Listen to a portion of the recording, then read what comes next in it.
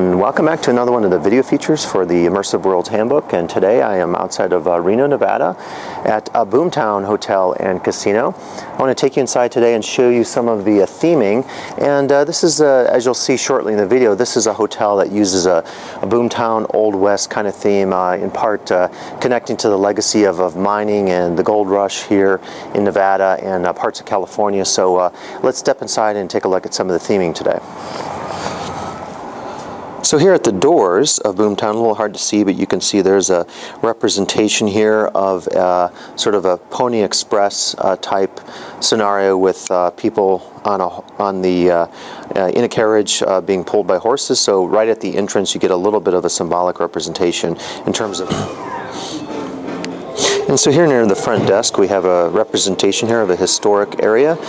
This one is the $1 Million Saddle, and giving a little bit of history here and the representation and the history behind this particular piece of art or history.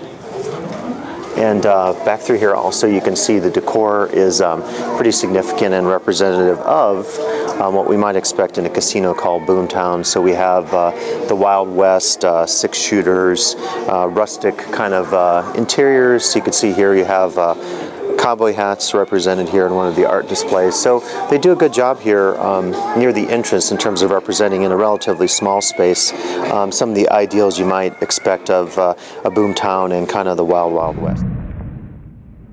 And here inside the casino is the 6-shooter saloon, which quite obviously keeps up with the Wild West type of theming, referencing 6-shooters and saloons in terms of the thematics. And here you can see near the entrance of the casino we have a cowboy on a horse, which kind of sets the tone as folks enter the front entrance of Boomtown.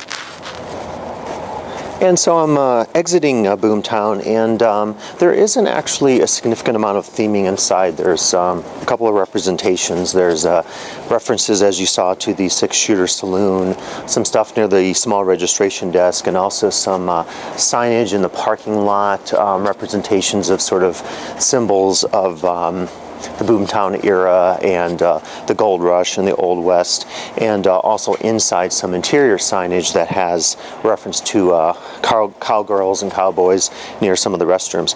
So I think maybe the lesson from Boomtown is that in some cases, through the use of facade architecture and symbolism, as I showed you in another video feature, you can achieve actually exterior theming, and maybe you don't need to pay as much attention to the interior theming. I think the key with any themed space is to decide based on your budget and your demographics, your clientele, the kind of services that you're offering, the extent to which you want to theme your casino. In this case, it's one of the few examples where they've themed the exterior extensively with the old Boomtown town structure and facade, whereas they've left the inside relatively unthemed. So I think a theme space doesn't have to try to do everything.